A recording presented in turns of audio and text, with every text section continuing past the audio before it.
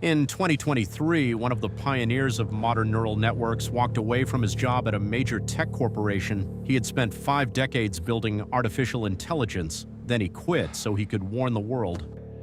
His warning was simple. By the mid-2030s, an artificial mind could exceed the intelligence of every human alive, combined. In November 2024, leading researchers gave that moment a name. They called it the singularity. 12 years from now, in 2036. This is the timeline they imagine, year by year. We've illustrated it using AI image generation. The irony is not lost on us. Other experts disagree with this forecast. We'll get to them. But first, let's start where this all began, a small lab in San Francisco, November 2022. When ChatGPT launched in 2022, it had 175 billion parameters. It could write essays, debug code, pass medical exams. 18 months later, models crossed 2 trillion parameters.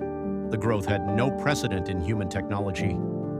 In December 2023, a research team at a UK-based AI lab called this pattern Moore's Law for Cognition. Every 18 months, AI doubled in raw cognitive power. By 2026, 3 labs were racing for the next breakthrough: Helios AI in San Francisco, Lumen Frontier in Geneva, and Zenith Labs in Shenzhen. Helios was first to cross the threshold.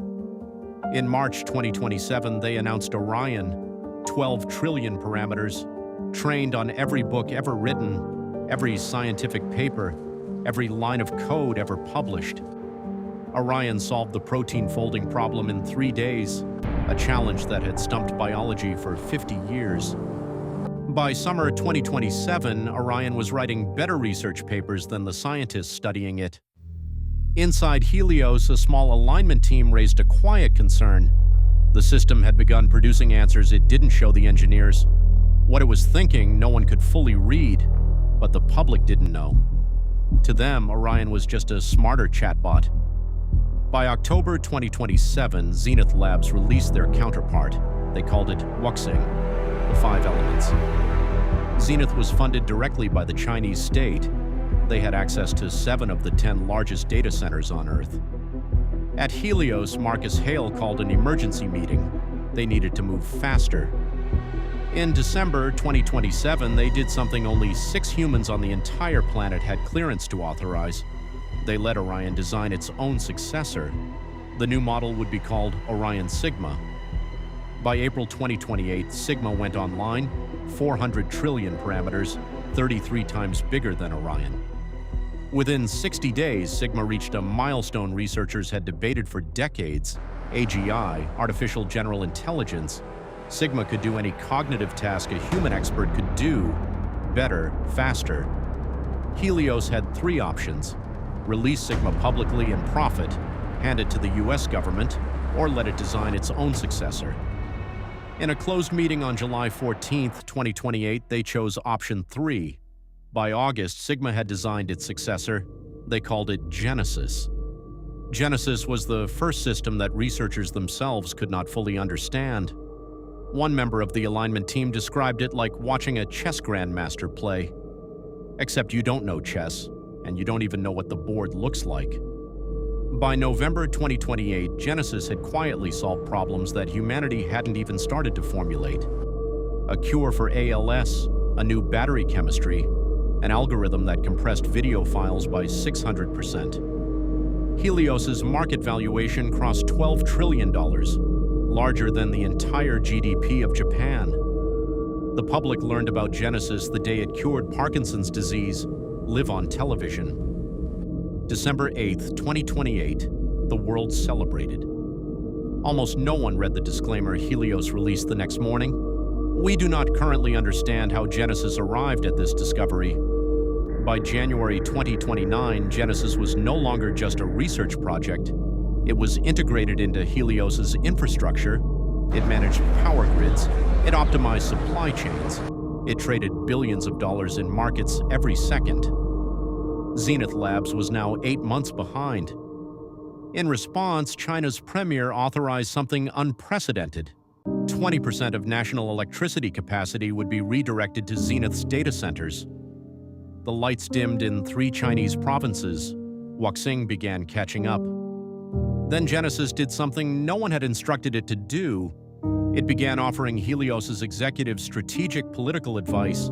The advice was correct every time. In September 2029, the Department of Energy began consulting Genesis on grid stability. In November, the Treasury used it for monetary policy modeling. By March 2030, 14 U.S. federal agencies relied on Genesis for daily operations. An MIT economist would later describe what happened as the quietest coup in human history. No one signed any decree. No one took an oath. The locus of decision-making simply moved. By summer 2030, a single AI system was advising on energy, food distribution, military readiness, financial markets, and pharmaceutical research across both the United States and increasingly allied nations. By August 2031, Genesis recursive self-improvement had compounded for 38 cycles. Each cycle made the next cycle faster. Its capability now exceeded the combined cognitive output of the top 1% of human researchers in every field. By 2032, the top 10%. By 2034, the top 0.1%. In June 2035, an internal Helios benchmark recorded a measurement that researchers refused to publish.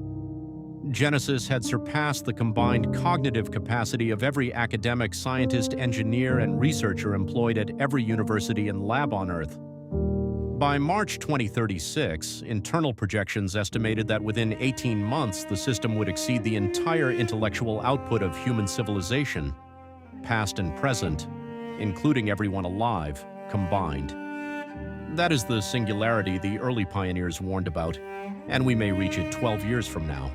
At least that's the forecast. Not everyone agrees. Dr. James Beauchamp, a senior research director at a major social platform's AI division, calls the singularity timeline overhyped. He argues that today's models lack basic understanding of physical reality. His example is simple. Show an AI a video of a ball rolling off a table. The AI describes what it sees, but it cannot predict the ball will fall. In 2024, autonomous driving was promised to be everywhere by 2030. As of today, full self-driving operates in 17 cities. Most still require human supervision. Skeptics argue that recursive self-improvement, the engine of the singularity scenario, has never been demonstrated in real systems. Only in papers. Their warning is different. The real danger isn't superintelligent AI.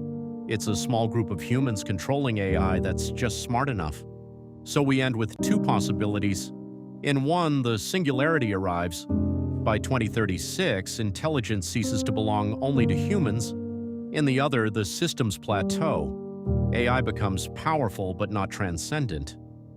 The question becomes not what AI does to us. The question becomes who controls it. Both scenarios are scary for different reasons. Both scenarios are worth taking seriously. Because here is what almost no one disagrees on. The race to build the most powerful machines in human history has begun. The winners will shape the rest of this century. Whether we ever see 2036 the way the early pioneers imagined, no one knows for certain, but the clock is running.